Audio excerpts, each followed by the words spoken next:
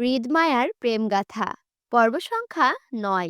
লেখনীতে রিক্তা ইসলাম মায়া। গল্প পাঠে আমি অরোরা ইসলাম।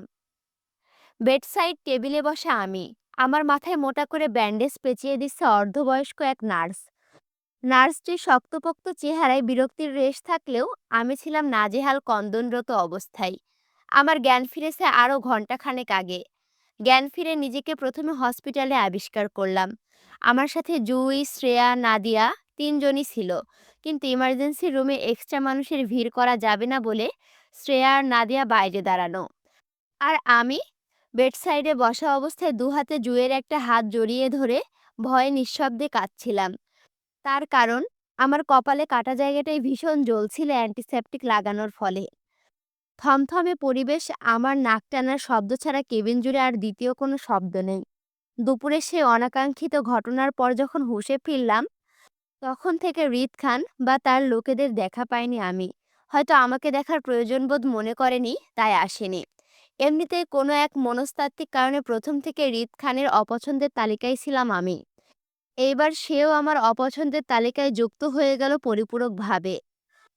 এতকাল আমার মনে থাকা রাজনীতিকে নিয়ে ঘিরে থাকা সকল ভালো লাগাটা ক্রমশই ধীরে ধীরে তিক্ততার রূপ নিয়ে নিল। তার কারণটা অবশ্য আমাকে করা হৃদ খানের অমানবিক আচরণটাকে দায়ী করা যায়। তার বদৌলতে আজ রাজনীতিকে ঘিরে আমার ধারণা বদলালো। মনে ভীষণভাবে বাড়ি খেলো, যারা রাজনীতি করে তারা কখনো সভ্য জাতির মধ্যে পড়ে না। সেক্ষেত্রে হৃদ খানকে তার উদাহরণ হিসেবে দাঁড় করা যায়। লোকটা আসলেই অহংকারী। ক্ষমতার দাপটে দিন দুপুরে পাবলিক প্লেসে মানুষ মারতেও তার বিবেকে বাধে না। নম্রতা ভদ্রতা বলতে কোনো শব্দ নেই হৃদ খানের মাঝে। বরং যা আছে সেটা হলো উগ্র, অহংকারী, বিবেকহীন, নিচু স্তরের মনুষ্যত্বা, যাদেরকে সাধারণ মানুষ আর যাই হোক ভালোবাসা নয়, বরং অপছন্দের লিস্টের প্রথমে ফেলে দেয়। সেক্ষেত্রে আমারও অনীহার ঘৃণার লিস্টে ছিল হৃদ খানের নামটি প্রথমে। আজকাল আমার সাথে যতটা খারাপ হচ্ছে না কেন, তার সবকিছুর পিছনে দায়ী ছিল শুধুমাত্র এই হৃদ খান নামক লোকটি। হঠাৎ করে আমার জীবনে চলে আসলো। তারপর থেকে আমার সুন্দর জীবনটা দিন দিন কেমন অগোছালো করে তুলল। এর শেষ কোথায় আমি নিজেও জানি না। তবে হৃদ খানের আগমন আর চাই না আমার জীবনে। আমি ভীষণ ভয়ভীতি এই লোকটার বারবার অনাকাঙ্ক্ষিত আগমন নিয়ে, যার শেষ আমি দেখছি না কোথাও। কিন্তু আমার এর শেষ চাই, ভীষণ করে চাই। আমার দীর্ঘ মনস্তাত্ত্বিক ধ্যান ভাঙল হঠাৎই বয়স্ক নার্সটির গম্ভীর কথায়। দেখি, উঠে দাঁড়ান আপনি। আপনার কোমরের কাটা জায়গাটা ওয়াশ করতে হবে। কান্নায় ভেজা চোখে নার্সের দিকে তাকালাম। ওনার কথা যেন আমার কোমরের ব্যথাটায় মুহূর্তে আরো জোরালো টনটন ব্যথা অনুভব করলাম। জুই আমার হাত ধরে সোজা হয়ে দাঁড়াতেই সাহায্য করতে করতে বলল, দেখি ওঠ, গায়ের অ্যাপ্রনটা খুলতে হবে। নিশ্চুপ ভঙ্গিতে জুয়ের সাহায্যে সোজা হয়ে দাঁড়াতে গিয়ে তীব্র কোমরে ব্যথায় কুঁকড়ে গেলাম তৎক্ষণাৎ। জুয়ের বাহু ধরে নুইয়ে গিয়ে আর্তনাদে কেঁদে উঠি। সত্যি বলতে ভীষণ ব্যথা পাচ্ছিলাম আমি। আমার গায়ে সাদা ড্রেসটাতে এখনো ছোপ ছোপ রক্তের দাগ লেগে আছে। এমনকি বুকের ওড়নাটা, মাথায় সাজা হিজাবটাতেও রক্তে লাল হয়ে আছে। বয়স্ক নার্সটি বিরক্তি নিয়ে আমার বাহু চেপে ধরে ওনার সম্মুখে টান করে দাঁড়ালো। আমি তখনও চোখ মুখ কুঁচকে ব্যথা সহ্য করার চেষ্টা চালাচ্ছিলাম। কিন্তু বয়স্ক নার্সটি পরপর দক্ষ হাতে চালিয়ে আমার অ্যাপ্রনের বোতামগুলো টেনে খুলতে খুলতে বলল, নাক টিপলে দুধ বের হবে, অথচ এই বয়সে বয়ফ্রেন্ড জুটেছে রাজনৈতিক লিডার। এখন তো শুধু কপাল আর কোমর ফাটাইছে। 2 দিন যাক, তারপর দেখা যাবে আরো কি কি ফাটায় লিডারে। বয়স্ক নার্সটির কটাক্ষ কথায় মুহূর্তেই কান্না থেমে গেল আমার। বিস্ময়ে বিস্মিত দৃষ্টিতে তাকালাম ওনার দিকে। মহিলা নার্সটিকে আমাকে খোঁচা মারল হৃদ খানকে নিয়ে। কিন্তু কেন? কি এমন করলাম আমি যে হৃদ খানকে আমার বয়ফ্রেন্ড মনে হলো ওনার? আমার বিস্ময়ে ঘোরের মধ্যে হঠাৎ আপত্তি মুখ খুলল জুই। আমার পক্ষ ধরে বলল, তেমন কিছু না আন্টি, ও শুধু একটা দুর্ঘটনার শিকার হয়েছে ব্যাস। এমনিতে আমাদেরও ও কারোর সাথে কোনো সম্পর্ক নেই। জুয়ের কথায় যে বয়স্ক নার্সটির বিশ্বাস হলো না, সেটা ওনার মুখ দেখে ঠাহর করতে পারলাম আমি। কিন্তু কী কারণে উনি আমার ওপর সন্দেহরত তাও বুঝতে পারছি না। তবে ওনার নিজের বিরক্তি চেপে আমার গা থেকে অ্যাপ্রন আর গলা থেকে হিজাবটা টেনে খুলে জুয়ের হাতে দিতে দিতে জুইকে কটাক্ষ করে আমার উদ্দেশ্যে বলল, কে কতটা ধোয়া তুলসী পাতা সেটা আমাকে বোঝাতে হবে না মেয়ে। আমার মাথায় চুল এমনিতে পাকা ধরেনি, বয়সের গুণেই পেকেছে। মন্ত্রীর ছেলের গাড়িতে আসা, ক্ষমতার দাপটে হসপিটালের এত হুলস্থুলুস পাকিয়ে বিশেষ ট্রিটমেন্ট নেওয়া, এত কিছু তো সব মানুষই এমনি এমনি করে না, তাই না? তাছাড়া পুরুষ মানুষের দৃষ্টি দেখলে একজন নারী বুঝতে পারে তার মনে কি আছে। সেক্ষেত্রে আমার অভিজ্ঞ চোখ ধোঁকা খাওয়ার নয়। তাই আমাকে মিথ্যে না বলে নিজের বোনকে ঠিক করে ধরো, ওর কোমর ওয়াশ করতে হবে। কথাটা বলতে বলতে নার্স মহিলাটি আমার কোমরের জামাটা টেনে পেটের উপরে তুলে আহত স্থানে তুলো চেপে রক্তটা পরিষ্কার করতে লাগলো। কাটা জায়গায় ব্যান্ডেজ করিয়ে দিয়ে পুনরায় জামাটা ঠিক করে দিল। ব্যস্ত হাতে ওনার যন্ত্রপাতি গোছাতে গোছাতে নিষ্প্রভ শান্ত দৃষ্টিতে আমার দিকে তাকালো। এবার ওনার দৃষ্টিতে বিরক্তি ছিল না, তবে চেহারাটা বেশ শক্ত রেখে আমাকে উদ্দেশ্য করে ফের বলল, শোনো মেয়ে, তোমার বয়সী আমারও একটা মেয়ে ছিল। সেও তোমার মতো ভুল করে কিশোরী বয়সে ছাত্রলীগের লিডারের সাথে প্রেমের সম্পর্কে জড়িয়ে পড়েছিল। বিনিময়ে আসছে কবরে আছে। কিন্তু আমার মেয়ে কেন, কিভাবে মরেছে সেটা এখনো বলেনি। তবে তোমাকে এতটুকুই সাবধান করছি, রাজনীতি করা ছেলেদের সাথে ভবিষ্যৎ কখনোই ভালো হয় না। তুমি চাইলেও তাদের স্বাভাবিক জীবনযাপন করতে পারবে না। কারণ এরা নিজেদের জীবনের নিশ্চয়তা যেমন তোমাকে দিতে পারে না, তেমনি নিজের পরিবারেরও না। ভাগ্য ভালো থাকায় আজ তো তুমি শুধু কপাল করে কোমর ফাটিয়ে হসপিটালে এসেছো। কিন্তু পরের বার তোমার ভাগ্য সহায় নাও থাকতে পারে। তাই সাবধান করছি, মন্ত্রীর ছেলের পিছন ছেড়ে দাও, নয়তো অকালে সবকিছু হারাবে। বয়স্ক নার্সটির ভাসা ভাসা চোখে অশ্রু দেখলাম আমি। হয়তো মেয়ে হারানোর শোক ছিল তাতে, কিন্তু মুখের ভঙ্গিমা নিদারুণ শক্ত ও তেজস্ক্রিয়। আমাকে কথাগুলো বলে ড্রেসিং করা রক্তের ভাটিটা হাতে তুলে নিয়ে গেল। আমি ওনার যাওয়ার দিকে হতভম্ব হয়ে তাকিয়ে রইলাম। নিষ্পাপ আমি কোনো কিছু না করেও সবসময় অপরাধী হয়ে যাই। এবারও তাই হলো। মন্ত্রীর ছেলে মানে রিদ খানের সাথে আমার কি এমন ভাব দেখলো, তার জন্য এই মহিলাটি এত বড় আদেশবাণী শুনিয়ে গেল আমাকে, সেটাই তো বুঝতে পারছি না আমি। হতবম্ব আমি অবাক চাহনি ঘুরিয়ে তাকালাম জুয়ের দিকে। নার্সটির কথার আগামাথা কিছুই ঢুকে নেই আমার মাথায়। সবকিছু কেমন মাথার উপর দিয়ে গেল। তবে মনে মনে সন্দেহ হলো বেশ। নিশ্চিত আমার বেহুশ হওয়ার পর কিছু একটা হয়েছিল হসপিটালে আমাকে ঘিরে, যার জন্য হয়তো নার্সটি ভুল বুঝে আমাকে রিদ খানের সাথে জড়িয়ে দিল। জুই হিজাবটা আমার বুকের ওড়নার মতো করে জড়িয়ে দিতে দিতে স্বাভাবিক কণ্ঠে বলল, তোকে আমরা রিদ খানের গাড়িতে এনেছিলাম এখানে। উনার বডিগার্ড আসিফ ভাইয়া আমাদের হেল্প করেছিল তোকে হসপিটালে আনতে। তবে এখানে এসে কিছু আপত্তিকর ঘটনা হয়েছিল তোকে ইমার্জেন্সি বোর্ডে নিতে গিয়ে। এজন্য মূলত নার্সটি ভুল বুঝলো তোকে। এবার চল, এখন বাসায় যাই। জুয়ের মুখে আপত্তিকর ঘটনা শব্দটি আমার মনে বেশ কৌতূহল সৃষ্টি করলো। কি এমন ঘটেছিল যে তিনি আমাকে রিদ খানের সাথে নাম জড়াচ্ছিল? জুই পাশ থেকে আমার কাঁধ জড়িয়ে রুম থেকে বের হতে চাইলো। আমি কোমরের ব্যথায় তখনও পা খুঁড়িয়ে খুঁড়িয়ে হাঁটছিলাম ধীরে ধীরে। তবে আমার মনে কৌতূহলটা তখন ছিল বেশ। সেটা দমাতে না পেরে প্রশ্ন করেই ফেললাম, কি হয়েছিল? কোনো সমস্যা? জুয়ের কয়েক সেকেন্ড লাগলো আমার কথাটা বুঝতে। বুঝে সম্মতি দিয়ে বলল, হুম, হয়েছিল একটু। কেন? নেতাদের কোলে চড়ে হসপিটালের দোতলায় আসলে যা হয় তাই হয়েছিল। এই নিয়ে গুঞ্জনের মুখে পড়েছিস তুই। ভয়ানকভাবে চমকে উঠে থমকে দাঁড়ায় আমি। বিস্ময়ে মাথা ঘুরে উঠল আমার। হতভম্ব গলায় মৃদু চিৎকার করে উঠি তখনই। কি? মায়ের হঠাৎ চিৎকারে থতমত খেয়ে গেল জুই। চমকে ওঠা ভঙ্গিতে মায়াকে নিয়ে জুইয়ের পা থামল তক্ষুনি হসপিটালের করিডরে। ইতস্থ জুই তৎক্ষণাৎ চোখ ঘুরালো আশেপাশে।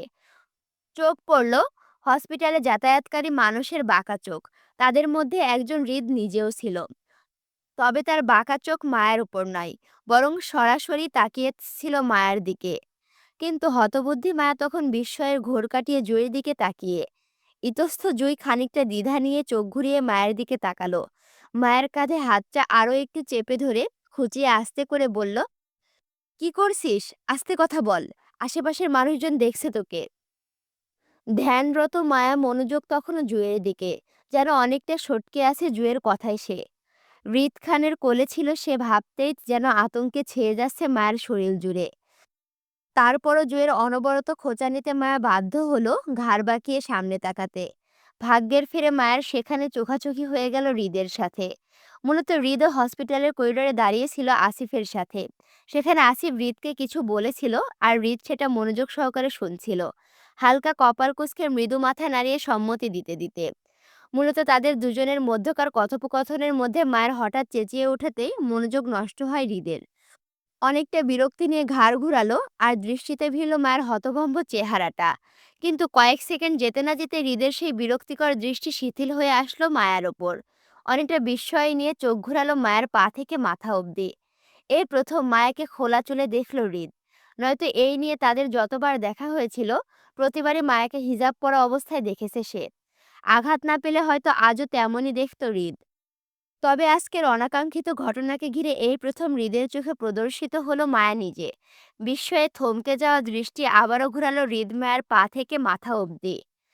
কলেজের সাদা ড্রেসের সাথে মায়ের মাথায় সাদা ব্যান্ডেজটিও যেন আজ চমৎকার দেখালো হৃদের চোখে। কিন্তু আতঙ্কিত মায়ার হৃদের সাথে চোখাচোখি হতে তৎক্ষণাৎ জুঁইয়ের বাহু টেনে নিজেকে আড়াল করতে চাইল। জুঁইয়ের পেছনে লুকাতে আবারও চমকে উঠল জুঁই। কি হয়েছে জানতে চেয়ে মায়াকে সামনে আনতে চাইলে বাধা দেয় মায়া। ভয়ার্ত মুখে জুঁইয়ের পেছন থেকে উঁকি মারতে মারতে আবারও চোখাচোখি হয় হৃদের শান্ত দৃষ্টির সাথে। ভয়ার্ত মায়া আরও ভয়ার্ত হলো হৃদের শান্ত দৃষ্টির ভিড়ে পড়ে। তাই পেছন থেকে জুঁইয়ের অ্যাপ্রনটা শক্ত করে চেপে ধরে ফুপিয়ে কেঁদে উঠল ভয়ে। ক্রন্দন গলায় বলতে থাকলো, বাসায় যাব, আমি বাসায় যাব। প্লিজ জুই, আমাকে বাসায় নিয়ে চল। এই লোকটা, এই লোকটা ভালো না, ভীষণ বাজে। আমার ভয় হয় এই লোকটাকে দেখলে। এই এই লোকটা আমাকে আবার আঘাত করবে। প্লিজ জুই, আমাকে বাঁচা না বোন। আমাকে নিয়ে চল না এখান থেকে প্লিজ। কথাগুলো শেষ করতে করতে মায়া আবারও ফুঁপিয়ে কেঁদে ওঠে হৃদের ভয়ে। মায়ের হঠাৎ কান্নায় জুঁইও থতমত খেয়ে যায়। এবার বুঝতে পারে মায়া এই মুহূর্তে হৃদকে ভীষণ ভয় পাচ্ছে। কিন্তু একটা অ্যাক্সিডেন্টকে ঘিরে মায়ের হঠাৎ হৃদকে এতটা ভয় পাওয়ার কারণটা বুঝল না। আবার হৃদের অনাকাঙ্ক্ষিতভাবে হসপিটালে উপস্থিত থাকাটাও বুঝল না। মোট কথা, কোনোটাই জুঁইয়ের মাথায় ঢুকলো না। তবে জুঁই মনে করেছিল ওদের হসপিটালে দিয়ে হৃদ হয়তো চলে যাবে। কিন্তু এই পর্যন্ত হৃদের হসপিটালে উপস্থিত থাকাটা সত্যিই জুঁইয়ের মাথায় আসলো না। জুঁই ভাবল, হৃদ কি তাহলে এতক্ষণ ধরে ওদের অপেক্ষায় দাঁড়িয়েছিল এখানে, নাকি নিজের আহত ছেলেদের জন্য দাঁড়িয়েছিল, কোনটা? ইতস্তত জুঁই আর চোখে হৃদের দিকে তাকাতেই দেখল হৃদের শান্ত দৃষ্টি আপাতত এই দিকে তাক করা। কেমন গম্ভীর আর নিশ্চুপ ভঙ্গিতে তাকিয়ে হৃদ। ইতস্তত জুঁই খানিকটা জড়সড় হয়ে দাঁড়ালো। জড়তা যেন আষ্টে পৃষ্ঠে কামড়ে ধরলো জুঁইয়ের শরীরে। তাই মায়াকে কিছু বলতে চেয়েও কণ্ঠ অবরোধ করলো জুঁইয়ের হৃদের শান্ত দৃষ্টির অতলে। জড়তায় জুঁইয়ের গলা দিয়ে একটা শব্দও বের করতে পারল না বলে এক মুহূর্তের জন্য সেও অসহায় হলো। আচ্ছন্ন অবস্থায় পিঠে বালিশ ঠেকিয়ে খাটে বসা আমি। ভীষণ যন্ত্রণায় কোমর টনটন করছে ব্যথায়, যার তাড়নায় এখনো ঘুম নেই আমার। অর্ধরাত হতে চলল। আমাদের অন্ধকার রুম জুড়ে তখনও আলোর অভাব। পাশেই জুঁই বেঘুরে ঘুমাচ্ছে বলে রুমের আলো জ্বালায়নি। কিন্তু আরিফ ভাইয়ের রেখে যাওয়া দ্বিতীয় ফোনটা আলোয় সবটা পরিষ্কার আমার চোখে। আমি ততক্ষণে বেশ কয়েকবার ফোন করে ফেলেছিলাম হাফিজ সাহেবের নাম্বারে, কিন্তু বারবারই ব্যর্থ হচ্ছিলাম ওনাকে ফোনে মেলাতে। বুক ভরা কষ্ট আর হতাশায় দৃষ্টি ফেলে আবার কল লাগালাম হাফিজ সাহেবের ফোনে। জানি মধ্যরাতে কাউকে ফোন করাটা ব্যাড ম্যানার্সের মধ্যে পড়ে, কিন্তু তারপরও অচেনা স্বামীটার জন্য আজকাল মনটা বড্ড পড়ছে। ভীষণ মিস করছি তাকে। বিশেষ করে আমার এত অনুসন্ধানের পর যখন লোকটাকে খুঁজে পাচ্ছি না, তাই আগ্রহটা আরো বাড়ছে দিন দিন অচেনা স্বামীকে খুঁজে পাওয়ার আকাঙ্ক্ষায়। কে সে? কি তার পরিচয়? বড্ড জানতে ইচ্ছে হয় আমার।